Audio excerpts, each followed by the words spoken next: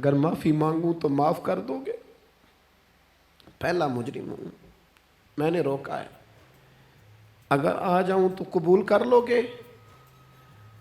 یہ ظرف، یہ حوصلے، یہ توانائیاں اگر ہیں تو سیدہ فاطمہ کے دودھ میں ہیں، یہ شیر خدا کی تربیت میں ہیں، یہ محبوب نے جو ان کی زبانوں کو چوسا تو اس کرم میں ہے۔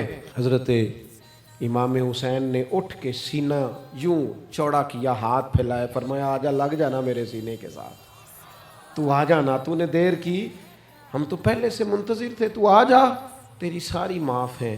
ہور کے مقدر جاگے، امام علی مقام کے لشکر میں شامل ہوا۔ بعض نے لکھا ہے جو لوگ ابتدا میں شہید ہوئے امام حسین کی طرف سے، ان میں ہور شامل۔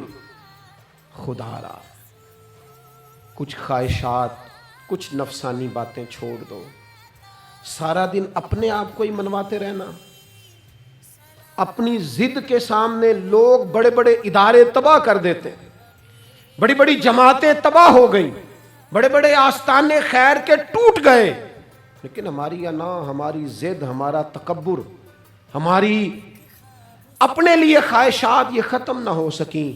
امام حسین رضی اللہ تعالیٰ عنہ کو جن لوگوں نے شہید کیا، انہیں حضور کا خون نظر نہیں آیا، نفس کی خواہشیں نظر آئیں، جائیدادیں نظر آئیں، لیکن پتہ ہے کمال کیا ہے؟ ہمیشہ جو لوگ حق قبول کرتے ہیں نا، اللہ تعالیٰ انہیں یہ عزت عطا کرتا ہے۔ دو چار باتیں میری ضرور لے کے جانا، یہی لنگر ہے آج پیغام حسین کانفرنس کا۔ دیکھو، آپ کے والد آپ کو جو سمجھاتے ہیں وہ ٹھیک ہے یا جو آپ کہہ رہے ہیں وہ ٹھیک ہے؟ غور کرو، آپ کے اساتذہ اور مشائخ جو آپ کو کہتے ہیں وہ ٹھیک ہے یا جو ضد آپ نے لگا لیا وہ ٹھیک ہے؟ اور سب سے بڑھ کر اللہ رسول کا حکم زیادہ مؤثر ہے یا جو آپ نے اپنی مرضی سے چیزیں طے کی ہیں وہ زیادہ مؤثر؟ اپنی نفسانی خواہشات کو تھوڑی دیر کے لیے کنٹرول کرو، اپنے آپ پر تھوڑی دیر کے لیے پابندی لگاؤ، ایک ایک کر کے اپنی خواہشات کو کچلو، زندگی کے اندر کچھ ایسی چیزیں پیدا کرو جس سے روح تازہ رہے، دل تازہ رہے، طبیعت تازہ رہے، دین بچا رہے۔ جتنی طلاقیں ہوتی ہیں نا معاشرے میں، ہم سے اگر دن میں 100 لوگ مسئلہ پوچھتے ہیں تو 95 طلاق والے ہوتے ہیں، سوائے اس کے کہ نہ میاں ہارنے کو تیار تھا نہ بیوی ہارنے کو تیار تھی، بالآخر رشتہ ہی ہارا، دونوں کے ہوتے ہوئے بچے یتیموں جیسی زندگی گزارنے لگے۔ تھوڑی دیر کے لیے لوگ چپ نہیں کیے، سارا کچھ ختم کر لیا۔ اپنی مزاج کے اندر، اپنی طبیعت کے اندر تحمل پیدا کرو، بردباری۔ میں ایک دفعہ بہت پریشان تھا، حالات کچھ عجیب رخ اختیار کر گئے، بہت پریشان تھا، تو میں ایک بزرگ کی خدمت میں حاضر ہوا، میں نے کہا دعا فرمائیے گا، تو مجھے کہنے لگے سیدہ زینب کی سیرت پڑھو۔ تو میں نے پہلے دن آ کے کتاب کھولی نا، تو دربار دمشق میں جو جناب زینب نے کلام فرمایا نا، انسان ٹوٹ جاتا ہے، لیکن انسان حق پہ ہو کہ اگر گلا بھی کٹا لینا تو اس کا مزاج طاقتور رہتا ہے، روح طاقتور رہتی، اسے محسوس ہوتا ہے کہ میں کمزور نہیں پڑا۔ یزید نے جب کوئی بات کی نا دمشق کے دربار میں، تو حضرت زینب پیچھے بیٹھی تھی پردے کے لوگوں کے درمیان، اس نے جب کوئی بات کی تو جناب زینب وہاں سے اٹھ کے، ہماری خواتین ہر بات پہ روتی ہیں، دکھ ہیں کہ ختم ہی نہیں ہوتے، جناب زینب پیچھے سے اٹھیں پردے کے پیچھے سے، اور جب اپنی گرجدار آواز میں انہوں نے گفتگو شروع کی تو وہاں ایک نابینا بزرگ بیٹھے تھے جو مولا علی شیر خدا کی بارگاہ میں حاضری دیا کرتے تھے۔ جب سیدہ زینب نے خطبہ شروع کیا نا تو وہ بزرگ چونک گئے، اور وہ نابینا تھے تو ساتھ والے آدمی کا گھٹنا ہلا کے کہنے لگے علی آ گئے دربار میں، علی کی آواز ہے، علی بول رہے ہیں دربار دمشق میں، وہ زینب کا خطاب منبر پہ علی بول رہے ہوں جیسے، علی آ گئے، وہ گرج آواز میں، وہ تنتنا، وہ دبدبا، وہ وفاداری، وہ ان کی بات میں صداقت، کانپ گئی ہر چیز دربار کی۔ اور امام زین العابدین بیمار بھی تھے، مسافر بھی تھے، پریشان بھی تھے، لیکن جب یزید سے انہوں نے کہا نا مجھے خطبہ دینے دے، تو چند منٹ گفتگو کی امام زین العابدین نے، تو کہنے لگا اذان پڑھو جماعت کرائیں، اس لیے کہ ان کی باتوں میں وہ حق ہوتا ہے۔ میں دیکھتا ہوں ہماری سب کی اپنی اپنی خواہشیں ہیں، اپنے اپنے رویے ہیں، اپنا اپنا مزاج ہے۔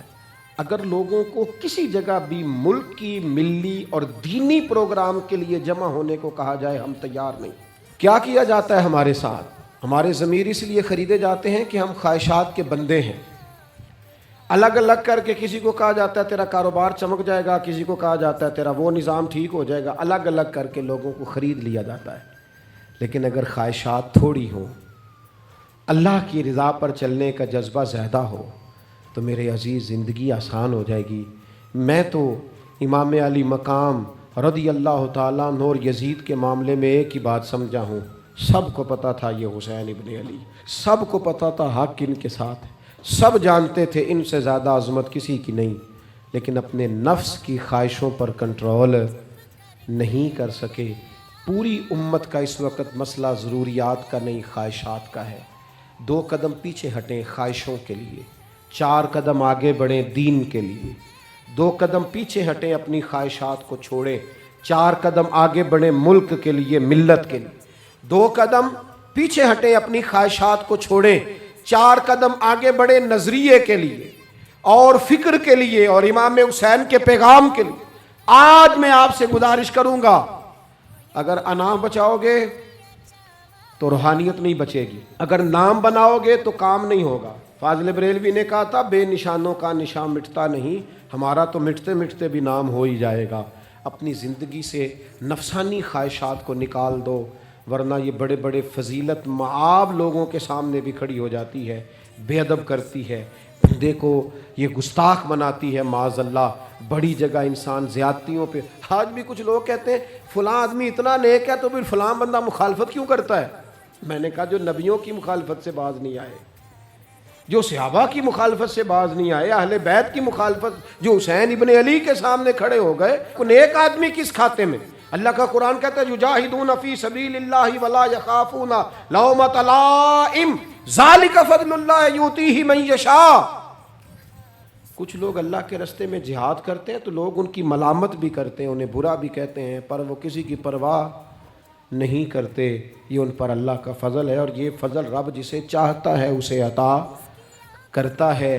آپ حضرات آج اس محفل سے یہ لنگر لے کے جائیے گا کہ کہیں میری روحانیت کے سامنے میری نفسانی خواہشات تو نہیں کھڑی ہو گئیں۔ تھوڑا سا 2 قدم پیچھے ہٹنا ہے ہم نے، امام علی مقام سے فیض لینا ہے، امام حسین کی عظمتوں کو سلام کرنا ہے۔